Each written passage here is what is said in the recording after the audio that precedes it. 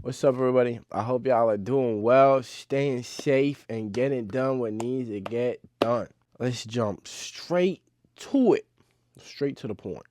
All right? Listen, the title of the video: the scariest thing known to man. You clicked on it, right? Because you're probably trying to figure out what the heck I'm going to say. And this is it right here on Matthew chapter 7, verse 23. And it says, "Then I will announce to them, I never knew you. Depart from me, you lawbreakers." And I'm going to read the full text, okay? But if you know what that means, let it marinate. You know, when we live this day and we constantly go through the motions, we often forget how real God is. God is very much real. God is a real thing, and so is the relationship that we have with Him. And it's not something to be played with. It's not something to mess around with. It's not something to go ahead and, and be on fire for God, but then also be dwelling in so much sin, because that is not a real relationship. You can't be worshiping two masters. You just cannot. It's impossible. God does not allow it. It's either you're worshiping God or you're not. That's really all it is. You can't do both. There's no some days I do Him, some days I don't. That's non-existent. And I'm going to read right in the passage of what I'm talking about, because maybe some of you are confused, but this is Jesus preaching, Jesus himself. And he says in, like I said, Matthew chapter 7, verse 21, that's where I'm going to start. It says, "Not everyone who says to me, Lord, will enter the kingdom of heaven, but only the one who does the will of my Father in heaven. On that day, many will say to me, Lord, Lord, didn't we prophesy in your name, drive out demons in your name, and do many miracles in your name? Then I will announce to them, I never knew you. Depart from me, you lawbreakers."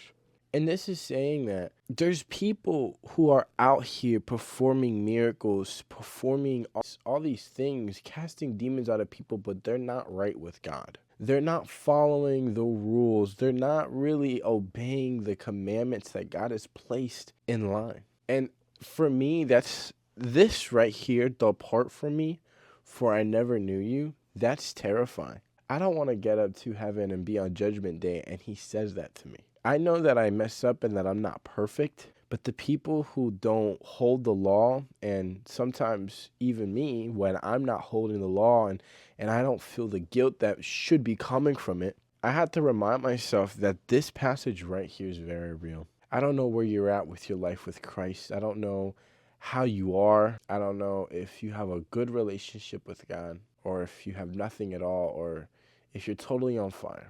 But God wants you and all of you. He doesn't just want some of you. He doesn't just want to see you on Sundays and Mondays. He wants to be with you at every single moment of every single day. But you can't do that if you're serving two masters. And like I said, if you plan to spend your eternity in heaven, then this verse should scare you. And that should be a wake-up call to understand that you can't keep messing around doing these stupid things that are going to amount to nothing when you die. It's not going to matter, because the only thing that will matter is if you obeyed God. The only thing that will matter is if you got to heaven or not. And I feel like a lot of Christians look over this verse and they don't acknowledge it, and they keep doing their own thing, and they keep on sinning, and they keep on hooking up, and they keep doing drugs, and they keep getting drunk. But they don't realize this. It says, "Depart from me, you lawbreakers."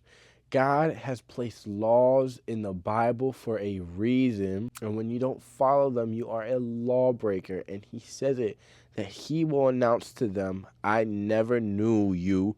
Depart from me. That's scary. I know that this is like extreme, but it's real. This is the truth, and this is what people need to hear. And people need to stop sugarcoating their life, because the end is coming. We are very close. The Lord is going to return one day. We don't know when, but God is going to return, and He's going to take over earth. And we're going to have to face God on Judgment Day. And I don't want Him to say those words to me. So I don't know who needed to hear this quick little message, but it's time to get right. It's time to stop playing around. It's time to stop doing these things because you can't expect to build a relationship with God if you're building a relationship with the devil.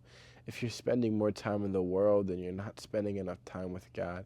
If you're obsessing over the wrong things and you're not obsessing over God, then that's the real issue.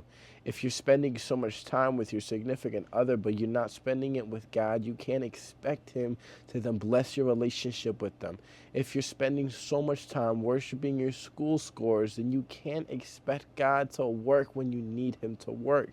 If you are placing your trust and your love and your obedience and your worship into anything other than God, you cannot expect to be living your life to the fullest potential. You just cannot. Jesus died on the cross for a reason, and we have to stop playing this game that we have so much time. You don't know when your last breath will be, and this is why it's so important that you know that these words will not be spoken to you because you upheld the law. That's all I got. Listen, I love y'all. If y'all need anything, say it down in the comments.